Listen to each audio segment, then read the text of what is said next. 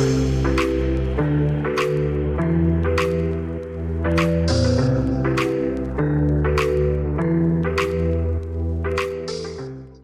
you very much, Sarah, and good evening, everyone. Thank you all for joining.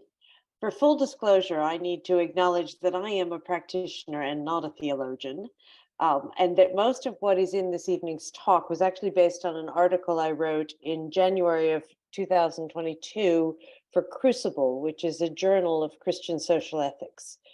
I was asked to write it and to speak this evening because I chair the Ethical Investment Advisory Group of the Church of England, which looks at how the Church of England invests its own money. How we use our money is both an outworking of our own beliefs and an active witness. This is true for individuals, entrepreneurs, large and small businesses, as well as communities, churches, and secular institutions. I will be speaking this evening primarily about you as individuals, though I recognize that many of you may have business, social, or charity responsibilities where these ideas can also be put into practice. Some of you may have listened to Eve Poole's talk for Just Money in March, where she asked you to interrogate your bank statement as evidence of what really mattered to you. We're not going to do that again this evening, but it is a useful exercise if anybody wants to try it. In every instance, our consumption, our savings, and our investments, we have both the right and the responsibility, I believe, to speak into the public debate and to help develop a shared understanding of the values that are important to us as a society. I would argue that a consideration of one's values is as relevant whether you hold religious beliefs or whether you don't. However, if you do hold religious beliefs, whatever your faith might be, you often get a bit of more of a how-to guide, if I can call it that, on your values from your scriptures. Specifically, speaking from the Christian perspective, our values are grounded in our beliefs and our theology. Though depending on one's religious tradition and personal beliefs, that can be quite a broad church in the Church of England, with many different interpretations of what these beliefs include and the way they are lived. This evening, I'm going to focus not on what we spend, as Eve did, but on what we have left over after our spending and our charitable giving. This could be a savings account, an ISA, a personal or workplace pension, or other kinds of investments. I will try to look at the extent to which any individual can have an impact, then how the church centers itself theologically regarding investments, and then concretely at a couple of actions we can take as individuals. First of all, the obvious concern is, what can one person do? Or how can I change the system? Sadly, when it comes to savings and investment, the impact of a single person's voice, unless you're in the 1% of the 1%, is sometimes difficult to hear. However, increasingly, businesses are extremely anxious to have both consumers and investors who support them. And it takes less than you might think for businesses to recognize a need for change and act upon it. Let me give you a simple example. Not long ago, it was almost impossible to find an investment fund that called itself green, or ESG for environmental, social, and governance focused, or ethical. Now there are so many that the Financial Conduct Authority, or FCA, is beginning to regulate the use of these terms to ensure that they invest in the way they claim to invest. The fund managers behind these investment funds would not have created them unless there was a market for them, or they felt there was a market for them. In less than 10 years' time, institutions, pension funds, and individuals have expressed a clear demand to look at their investment selection through a different lens. One person couldn't do that, but a very small fraction of the population, each acting individually and each speaking to their advisors when they had them, made that change. The next step, of course, is to ensure these funds do what they say they do. Concerted working with others who share similar beliefs and principles helps our money create an enormous force for change, much larger than any of us can have individually. We have seen this over time in many areas. In particular, leadership from the church has played an integral part in the growth of the ESG movement in the United Kingdom and beyond. Yet the moral leadership that comes from the church is not without its own perils. We risk being caught in contradictions between what we say and what we do. And some of the most fraught disagreements are among people all trying to do good with different approaches to the best way to achieve change. I think this is when we need to acknowledge we are all human and all flawed.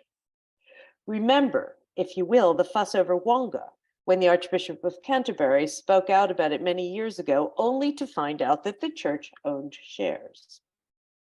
Second, we need to remember that, like people, very few companies are all good or all bad. Like people, they are flawed. And like people, they too are capable of change and redemption. We need to be prepared to re-engage with companies when we see positive change, if our views are to have impact.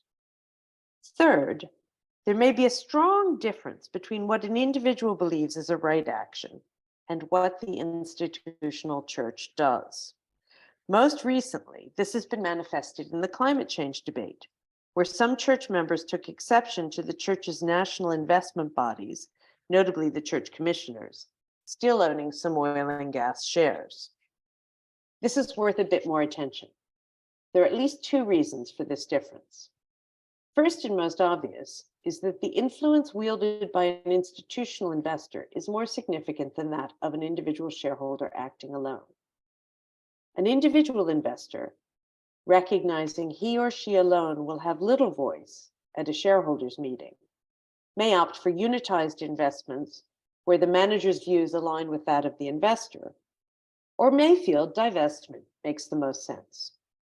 Institutional investors, particularly when representing church bodies, can A, have a weight larger than the amount of actual money invested, and B, can often catalyze other investors to work together for change.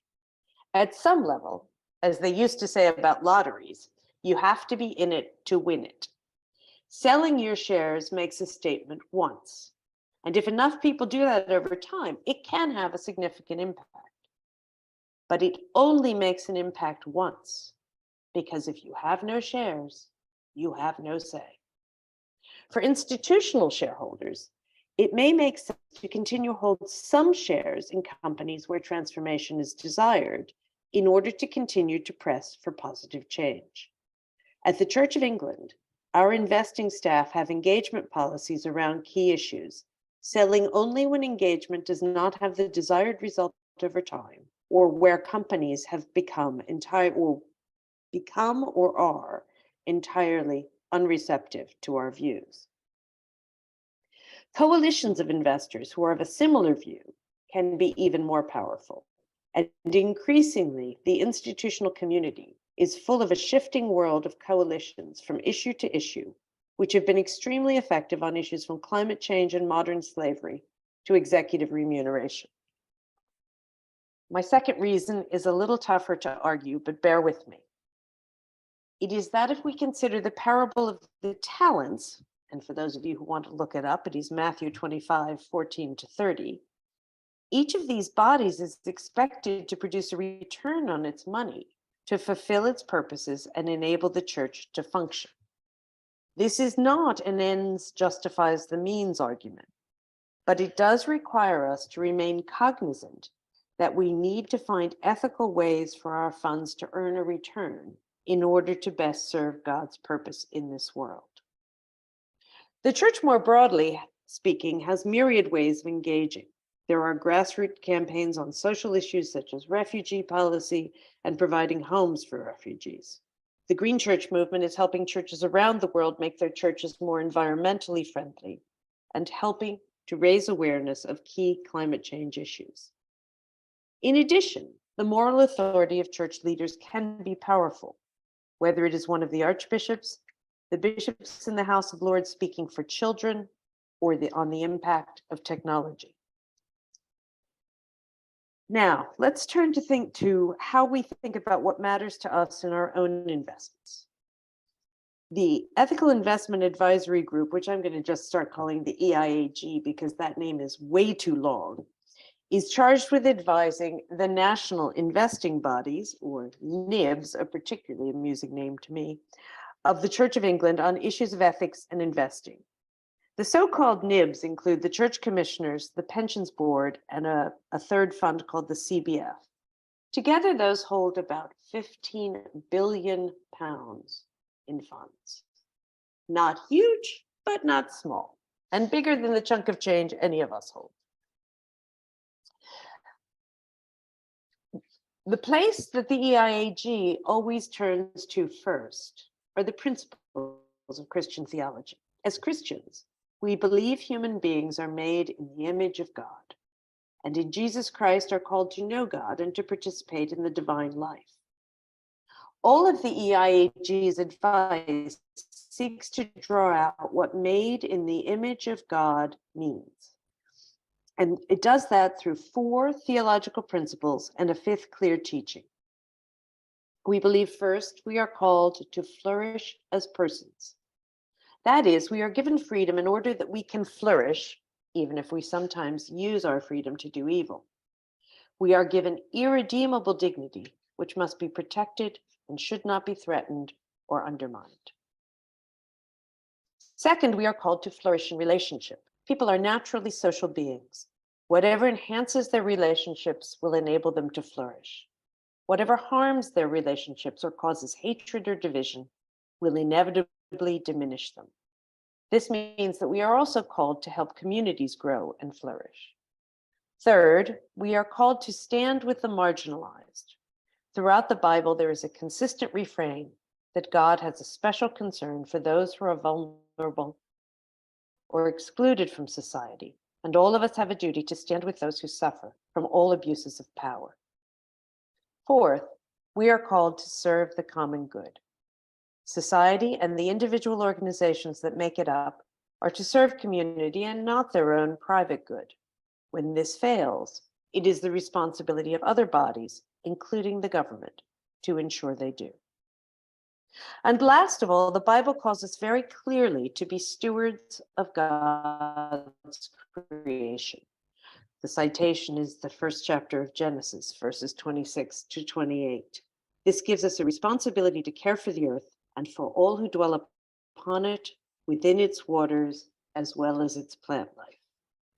The EIAG's advice is publicly available on our website in order that others may benefit from what we have learned in our work, whether these be investors, other church members, or any other body with concerns about how their money is used. In each case, the advice includes the theological grounding on which the advice is based. Making the advice public is a key way that the church is able to punch above its weight in the area of ethical investing, as the advice, together with the policies of the national investing bodies, informs the positions of a wide range of other investors around the world. It also gives those interested in developing their own thinking a resource against which to consider what matters most to them. So how can this thinking be applied to the people on this webinar or to individuals more generally? Let's work through a couple of examples. First, if we wouldn't do something, we should consider whether we want others whose products we buy, where we save, or in whom we invest to do so on our behalf. Careful consideration of these issues may cause us to rethink our savings and investing behavior accordingly. So you need to think about what matters most to you. Each of us will have a slightly different view of this, and this is why you need to tread carefully in the world of ethical funds, because different people's ethics vary, and what one person considers acceptable, another person might not. Moreover, I am extremely aware of how difficult and exhausting this can be when we try to live out our faith on a daily basis. So the first thing I would do is urge you to be gentle with yourselves. You can begin with some prayerful consideration of your own values and what matters to you. Then consider how these affect your actions and behaviors. After that, try and see the extent to which those beliefs are consistent with where and how you save and invest your money. Having done that, there are a number of ways possibly to proceed. You may wish to start with the most egregious issues, or with those that concern you most personally. It is absolutely fine to start with small steps. Read a website on modern slavery. Consider from whom you purchase or your carbon footprint. Much like prayer, thinking about the consistency of your behaviors with your beliefs gets easier with practice, I promise. Moreover, the more it becomes a habit and a lens through which you look at all you do, the easier it becomes. So this next section is for those of you who have accumulated some savings, or perhaps just have a transaction account with a bank. Think about where you bank and what you know about your bank. This may require a bit of digging, and sadly, even with digging, you are still unlikely to learn much about what is actually in the bank's loan portfolio or their investments. But you can find out about some of what matters to you. How much do they pay their executives relative to their staff? What is their diversity policy? What are they doing about the unbanked? What is their branch office policy? Perhaps even their working from home policy, or whether they are a place people want to work, or whether they have signed up to the living wage campaign. A recent book on poverty in the United States by Matthew Desmond struck me particularly. He wants us to think of ourselves as poverty abolitionists. He wants us to bear in mind a company's labor policies when we make decisions about where to invest and what to buy. He wants us to conquer NIMBY-ish instincts and welcome true economic diversity in our neighborhoods and schools, and to think about and act on our own roles in perpetuating income inequality. I just finished this book and I can strongly recommend it. It's called Poverty by America. It's pretty depressing, but very good. As Desmond suggests, these actions can be taken no matter how much money you have. But if you do have money to invest, let's look at ISAs, pensions, and shares. You determine where you put your ISA, like your bank. If you are one of the few remaining lucky ones with a defined benefits pension, you can express your views to the pension fund trustees, or even possibly choose to run to become a trustee. If you are in a defined contribution pension plan, you can choose funds or managers or shares that reflect your values. If you own shares directly, you can choose those shares conscientiously in accordance with your beliefs. And if you own shares directly, you can vote your shares rather than having a broker do it for you. This gives you a say in the composition of the board and the remuneration of executives. If you're so inclined, you can even attend the annual general meeting if you have the time. It would be remiss of me not to mention the afterlife in a discussion like this. Even if it is difficult to save now, or all your money is currently going towards your mortgage, you will find as you get toward my age a tendency to begin to think about what will happen to your assets when you are gone. As they say, you can't take it with you. Most people very rightly want to help friends or family in their will, but it is also useful to prayerfully consider putting organizations you believe in and want to support in your will, so that the good that you do lives after you. I acknowledge the reading and work you need to do to be an informed investor takes some time and effort. Moreover, there are an increasing number of companies who seem to set out purposefully to obfuscate by deluging you with information and statistics. Fortunately, there are organizations that can help. JustMoney is one of those. And these days, almost every issue has an NGO with a website full of information. To name just a few, there are the Living Wage Foundation, the High Pay Center, and the Principles for Responsible Investing, or PRI.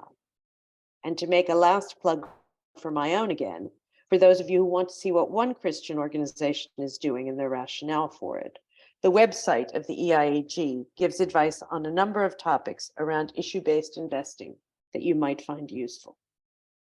As we begin to do any or all of the possible actions mentioned, we are taking back some agency in our lives and trying to align our values and our actions. It is also a slightly selfish act, for I promise you, you will feel better about yourself, and you will perhaps even sleep better at night.